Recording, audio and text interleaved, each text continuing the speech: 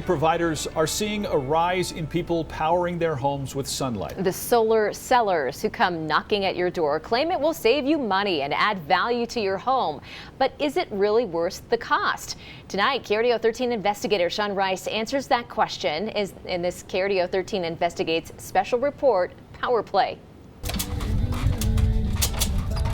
300 days worth of sunlight here in Colorado. It's what makes the Centennial State an attractive spot for going solar. Steel City Solar in Pueblo says placing these glass panels on your roof can save a homeowner hundreds of dollars a month. If you have a good open south-facing roof and you're in an area that has high electrical rates like Pueblo, it has a very quick payback period. Homeowners who choose to go solar still have a utility bill every month, but it's significantly less. Down to $10 in a perfect world, but then you're paying sometimes more than what your bill was originally for the first 10, 15, 20 years. A solar system costs anywhere from $16,000 to $30,000 on average. Most people take out a loan for it, and it comes with incentives like a tax credit of 30% of the system's price tag. I would say 5 to 10% understand it's a liability offset, not a credit to your purchase price. The key is tax liability. You must owe at least 30% of your solar system's price tag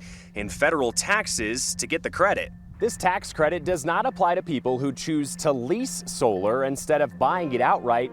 If you do choose to lease solar through what's called a power purchase agreement, the solar company is actually the one who reaps the benefit of that tax credit.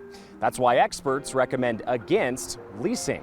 Usually, it's a liability. Shelley Rowers, a realtor in Colorado Springs, says solar isn't an asset until it's completely paid off.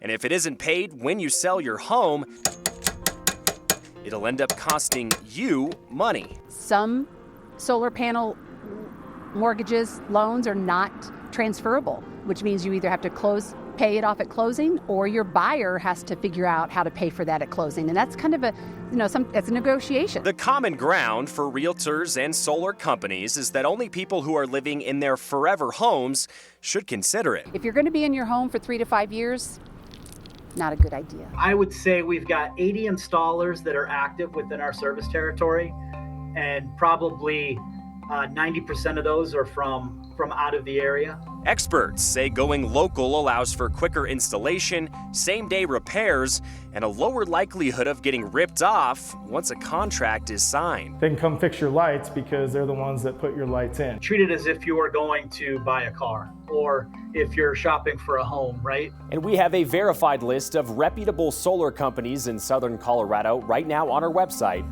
at KRDO.com. Sean Rice, KRDO 13 Investigates.